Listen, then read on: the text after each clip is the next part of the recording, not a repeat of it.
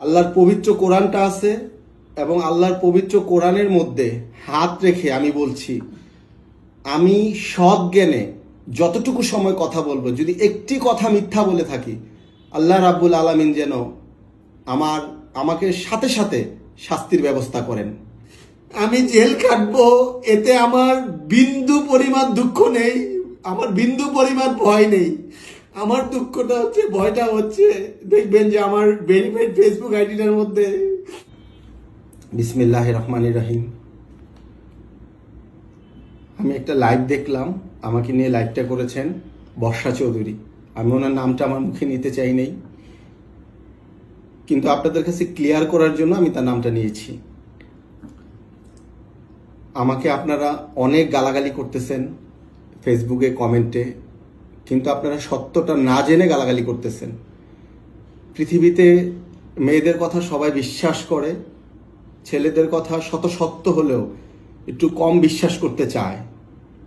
এজন্য আপনারা যেন আমার কথা বিশ্বাস করেন, এজন্য আমি নিরুপায় এবং অসহায় হয়ে, এই যে দেখেন আমার সামনে আল্লাহর পবিত্র কোরআনটা আছে এবং আল্লাহর পবিত্র কোরআনের মধ্যে হাত রেখে আমি বলছি, আমি সৎ জ্ঞানে যতটুকু সময় কথা বলবো, যদি একটি কথা মিথ্যা বলে থাকি, আল্লাহ রাব্বুল আলামিন যেন আমাকে সাথে সাথে শাস্তির ব্যবস্থা করেন।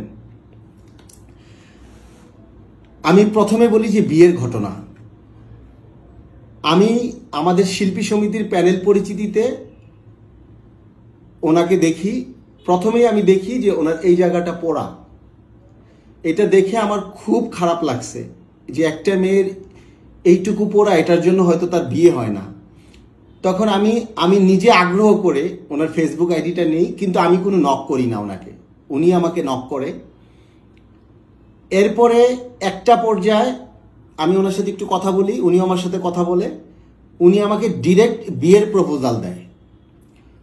বিয়ের প্রস্তাব দেওয়ার পর আমি ওনাকে না করিনি, আমিও কথা বলি, ওনার সম্পর্কে জানার চেষ্টা করি। একটা সময় আমি যখন জানি যে উনি বিবাহিত, ওনার 2টা সন্তান আছে, তখন আস্তে আস্তে আমি ওনাকে অ্যাভয়েড করার চেষ্টা করি। এর মধ্যে আমার একটা ছবির শুটিং চলে গোয়ার, এই ছবির শুটিং করতেছি আমি দীপজল সাহেবের বাড়িতে। তো আমি যখন ওনাকে অ্যাভয়েড করা শুরু করি, উনি প্রতিদিন দীপজল সাহেবের বাড়িতে যায়, আমার শুটিং স্পটে যায়। পরে আপনার এর মধ্যে কথা বলতে বলতে আমি জানি যে ওনার 2 ঘরে 2টা বাচ্চা, মানে 2টা বিয়ে হয়েছে, 2 ঘরে 2টা বাচ্চা। তখন ওনাকে আমি একদিন ফুললি অ্যাভয়েড করি, বলি যে প্লিজ আপনি আমার সাথে যোগাযোগ করবেন না, এটা সম্ভব না। পরে উনি আবার আমার শুটিং স্পটে যায়, যাওয়ার পরে উনি হাত কেটে রক্তাক্ত করে ফেলে ওনার হাত। দেখবেন যে বিয়ের আগে ওনার হাত কাটা ছিল, রক্তাক্ত করে, এবং আমাকে বলে যে আপনি আমার সাথে চ্যাটিং করে কথা বলছেন, আপনি যদি আমাকে বিয়ে না করেন তাহলে আমি সুইসাইড করব। এরপরে আমি ওনাকে আস্তে আস্তে বোঝানোর চেষ্টা করে আমি ওনাকে পাঠিয়ে দিই। দেন আমার শুটিং শেষ হয় 15 তারিখে আমি আমার বাসায় আসবো ঢাকা। হঠাৎ করে কেন জানি 15 তারিখে আমি অসুস্থ হয়ে যাই। অসুস্থ হওয়ার পর আমার যে ডিরেক্টর আছেন, প্রোডাকশনের লোকজন আছেন, এবং ওইখানে যারাই ছিলেন সবাই আমাকে হসপিটালে নিয়ে যায়। বর্ষাও কিভাবে শুনে আমার ওই হসপিটালে যায়, আমাকে হসপিটালে চিকিৎসা করায়, এবং চিকিৎসা করানোর পর বর্ষা আমাকে ওনাদের বাড়িতে নিয়ে যায়, উনি যেখানে থাকেন যাত্রাবাড়িতে। তো সারা রাত বর্ষা আমার সাথে থাকে, সাথে ওনার 2টা ভাই ছিল, উনি সারা রাত আমার সেবা করছে। এরপরে সকালবেলা উনি আমাকে বলতেছে যে বিয়েটা কালকে 16 তারিখে। পরে আমি বললাম যে আমি তো অসুস্থ। পরে উনি বলছে আমাদের খুব জাঁকজমটভাবে বিয়ে করার কথা ছিল, আমি ওইভাবে জাঁকজমটভাবে করব না, আপনার শুধু বিয়েটা হয়ে যাবে। সেই 15 তারিখেই সন্ধ্যার বেলায় ওনাদের বাড়িতে আমি অসুস্থ, আমাকে ওনাদের পরিবারের সবাই এক পর্যায়ে আমি বলবো যে জোর করেই আমার গায়ে হলুদ করে, এবং আমার মধ্যে একটা সফট কর্নার আসে যে আমি যেহেতু অসুস্থ, উনি যেহেতু আমাকে সেবা করছে, আমি না কোনো কিছুতে আর না করতে পারতেছিলাম না। আমিও মানে রাজি ওনা রাজি, রাজি ওনা রাজি, এরকম একটা অবস্থা আমার ছিল। তারপর বিয়ে হয়ে গেল। উনি আমাকে যে কমপ্লেনটা দিছে যে বিয়ের 3 দিন পর আমি তার কাছে টাকা চাইছি, আল্লাহর পবিত্র কোরআন শরীফের মধ্যে হাত রেখে আমি বলছি, সে আমাকে হয়তো আপনার দেখা গেছে যে গাড়িতে গ্যাস নিব, সে 500 টাকা দিছে, 1000 টাকা নিছি, এছাড়া তার কাছ থেকে আমি একটি টাকা নেইনি। আমি বিয়ের দিন তাকে 1.5 লক্ষ টাকা নগদ দিয়েছি, বিয়ের দিন 1 লাখ, এরপরে দিয়েছি 50,000, 1.5 লাখ টাকা নগদ দিয়েছি। এবং এখন পর্যন্ত প্রায় তার এবং তার পরিবারের, যেমন তার মেয়েকে একটা ফোন কিনে দিছি, তার মাকে একটা ফোন কিনে দিছি, বর্ষাকেও আমি একটা ফোন কিনে দিয়েছি, তার বাবার চিকিৎসার জন্য আমি হসপিটালে বর্ষার মায়ের হাতে আমি টাকা দিয়েছি। এরপরে আমি আমার বাসা ভাড়া আমি নিছি, পরে উনিও বাসা ভাড়া দিছে, বাসা ভাড়া আমি নিছি, সব মিলিয়ে। এবং দেখবেন যে ওনার ছেলের জন্মদিন আমি পালন করেছি, এবং কি ওনার স্বামীর মৃত্যুবার্ষিকীর দিন আমি রাসেল মিয়া নিজে রান্না করে আমি বলছি যে উনি তো আপনার হাজবেন্ড ছিল, তো এখন নাই, আমি আসাতেই ওনার মৃত্যুবার্ষিকী আপনি পালন করবেন না? গত 2 বছর করতেছেন। আমি নিজে বাজার করে রান্না করে আমি তার মৃত্যুবার্ষিকী পালন করেছি। সব মিলিয়ে আমি তার পিছনে প্রায় 6 লক্ষ টাকা খরচ করেছি, কিন্তু তার কাছ থেকে আমি একটি টাকাও নেইনি, যেই অভিযোগটা সে আমাকে দিয়েছে, আল্লাহ সাক্ষী। এরপরে তার ছোট ছেলেটা জায়ান, আমি নাকি তার ছোট ছেলেটাকে দেখতে পারি না। আল্লাহ একজন উপরে আছেন, যেহেতু ভার্চুয়াল প্ল্যাটফর্মে আমাকে মানুষ ভীষণভাবে ভালোবাসে এবং মানুষ আমাকে একটা রেসপেক্টের জায়গা থেকে দেখে, এই জন্য জিনিসটা ক্লিয়ার করার জন্য আমি আপনাদের কাছে বলছি, আমি এই 4 মাস বিয়েতে আমি বর্ষাকে একাধিক দিন বলছি যে তুমি অন্তত রাতে, অন্তত প্রতিদিন না হয় মাঝে মধ্যে তোমার এই শিশু 2 বছরের বাচ্চাটাকে নিয়ে তুমি ঘুমাও না, একটা রাতও তোমাকে ঘুমাইতে দেখিনি। আমি তাকে ফোর্স করেছি। এবং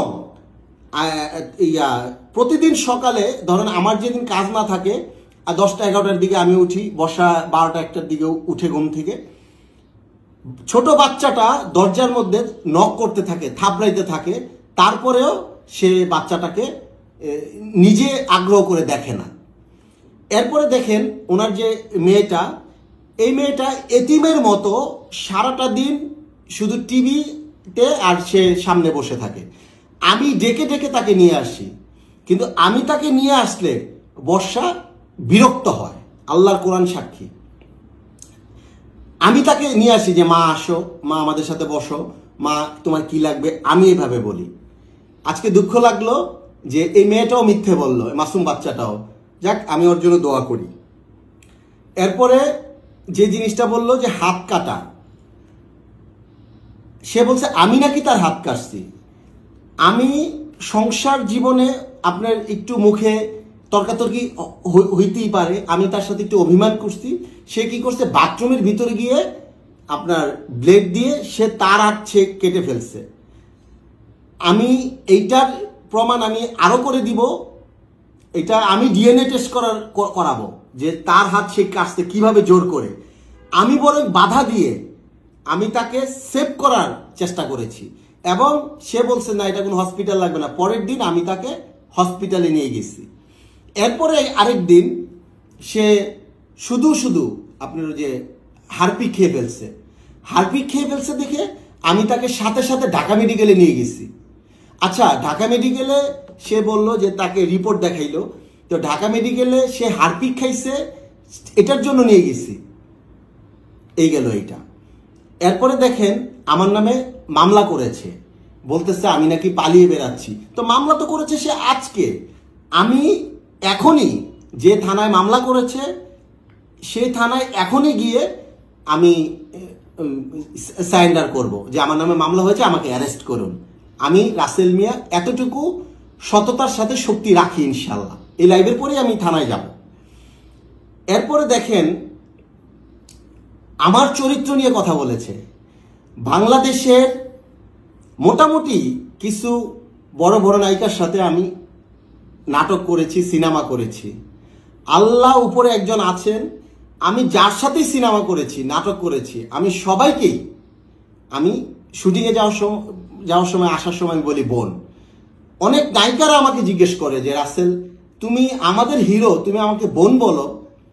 এইভাবে আমার মানুষের সাথে সম্পর্ক।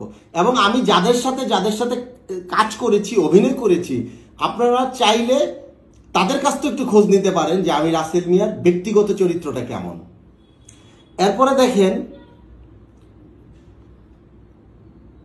এই যে আমি এখন জেলে যাব, আমি জেলে গেলে বিশ্বাস করবেন কি না, আমি মাসের পর মাস, বছরের পর বছরে যদি জেলে পড়ে থাকি, আমার দেখতে যাওয়ার মতন এমন একজন লোক আমার নাই।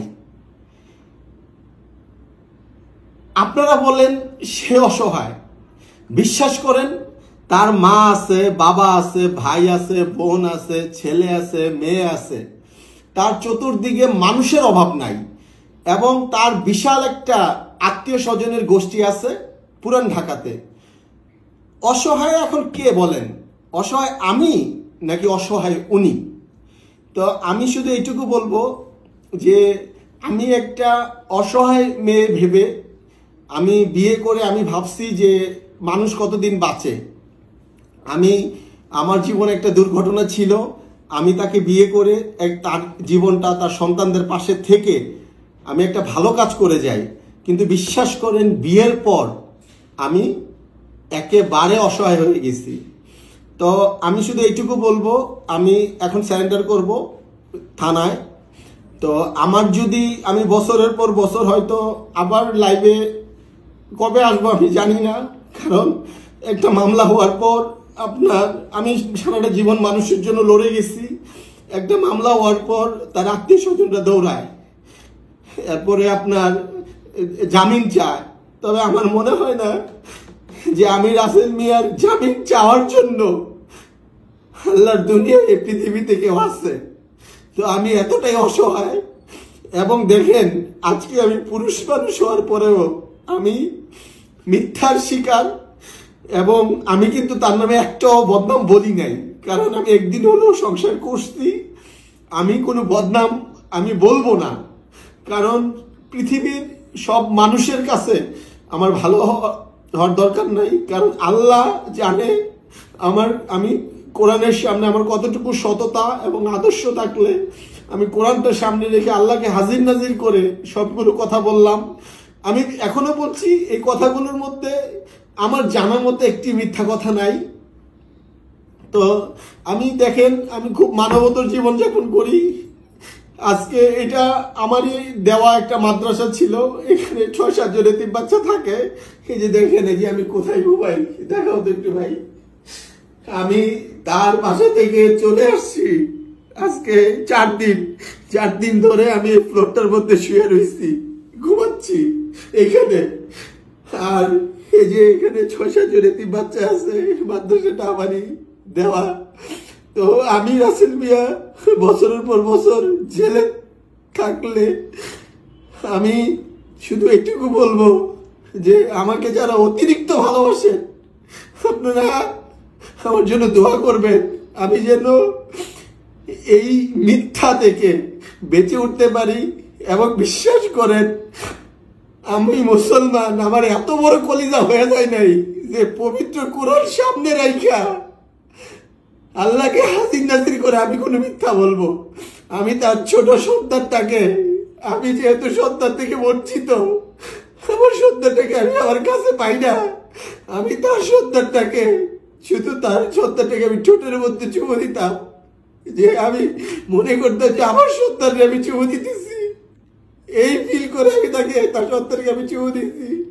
সে বরং আমাকে নিয়ে অধিক সময় কাটানোর জন্য সে তার বাচ্চাদেরকে অবহেলা করছে আর মামলা করে, এটা তার অভ্যাস। এর আগে তার হাজব্যান্ডের নামে সে মামলা করছে, এর আগে সে বিয়েতে লিখছে সে বিধবা না, তার হাজব্যান্ড এখনো আছে। এবং আমি এইটুকু বলবো যে আমার জীবনটাকে, আমার এই বর্ণাঢ্য ক্যারিয়ার, আমি ভাই আমার এই ইন্ডাস্ট্রিতে বলেন, আমাকে যে একটা মানুষ হাত ধরে যে একটা চলচ্চিত্রে নিয়ে যাবে বা নাটকে নিয়ে যাবে, এমন কোনো আত্মীয় স্বজন আমার ছিল না। আমি ঘুরে ঘুরে কষ্ট করে করে আমি এই ইন্ডাস্ট্রিতে মাত্র দাঁড়াইছি। মাত্র আমার একটার পর একটা ছবি রিলিজ হচ্ছে, একটার পর একটা নাটক রিলিজ হচ্ছে। সেই মুহূর্তে আমি একটা মানবতা দেখাইতে গিয়া আমার জীবনটা শেষ হয়ে গেল। আমার সবচেয়ে বেশি খারাপ লাগে যে মানুষরা আমার স্ক্রিনে দেখলে, আমার কোনো কথা শুনলে বা কোনো একটা বিপদে পড়লে আমার দিকে তাকায় থাকে যে রাসেল ভাই কখন আমাদের পক্ষে দুইটা কথা বলবে। সেই আমাকে মানুষের কাছে এইভাবে খারাপ করে দিল। তো আমি বলবো যে দেখেন, সে লাইভে যতগুলো কথা বলছে সবগুলো বেশিরভাগ কথাই সে মিথ্যা বলছে, এবং আমাকে একা পেয়ে সে এবং তার যে একটা আত্মীয় স্বজনের মহল আছে আমাকে নিতান্তই টর্চার করছে। আর যেই কথাটা বলে আমি তাকে মারছি, এইখানে একটা দিন আমি তাকে 2টা থাপ্পড় দিছি, 2টা অথবা 3টা থাপ্পড় দিছি, এবং মোবাইল 2টাও আমি ভাঙছি, মিথ্যা বলবো না। কিন্তু দেখেন, আমি কিন্তু এই যে তার বার্থডে গেছে, আমি কিন্তু তাকে একটা ফোন কিনে দিছি, আমি তাকে হাত মোজা কিনে দিছি, পা মোজা কিনে দিছি, তাকে বোরকা কিনে দিছি, এবং দেখবেন যে লাইভের পিছনে যে পবিত্র কোরআন শরীফ এটাও আমি তাকে কিনে দিছি। তো আমার কথা হইল যে আমি যে চক্রান্তের শিকারটা হইছি, আমি জেল খাটবো এতে আমার বিন্দু পরিমাণ দুঃখ নেই, আমার বিন্দু পরিমাণ ভয় নেই। আমার দুঃখটা হচ্ছে, ভয়টা হচ্ছে, দেখবেন যে আমার ভেরিফাইড ফেসবুক আইডিটার মধ্যে, আমি ফেসবুক আইডিটা যখন খুলি তখনই আমি দেখছি যে আল্লাহ, এই যে আমি রাসেল মিয়া মৃত্যুর পর সবাই যেন বলে আল্লাহ রাসেল মিয়া মানুষটা ভালো ছিল। তো আমি ভয় পাচ্ছি যে এই জিনিসটা নিয়ে মানুষটি আমাকে ভুল বুঝে। আমি বলবো যে আপনারা আমাকে ভুল বুঝবেন না, আমার জীবনে আমি লোভ করি নাই, আমার কোনো, এই যে দেখেন আমার কোনো অ্যাকাউন্ট নাই, আমার কোনো টাকা নাই, কোনো আমার পয়সা নাই। আমি যতটুকু আর্ন করছি আমার জীবনে, ততটুকু যে মাদ্রাসা বলেন, মানুষের পাশে দাঁড়ানো বলেন, আমি সব মানুষের জন্য খরচ করে দিছি। নিজের যে একটা ভবিষ্যৎ পরিকল্পনা, এটা আমি কোনোদিন করি নাই। তো আপনারা আমার ভুল বুঝবেন না, কারণ আমি, আপনারা যারা আমাকে আগে যেভাবে ভালোবাসতেন, আপনারা সত্যটা জানার পরে আমি যদি অপরাধী হই, তাহলে আমার আপনারা ভুল বুঝেন, আমার অপবাদ দিয়ে আমার কোনো দুঃখ নাই। আপনারা আমার জন্য দোয়া করেন। আসসালামু আলাইকুম।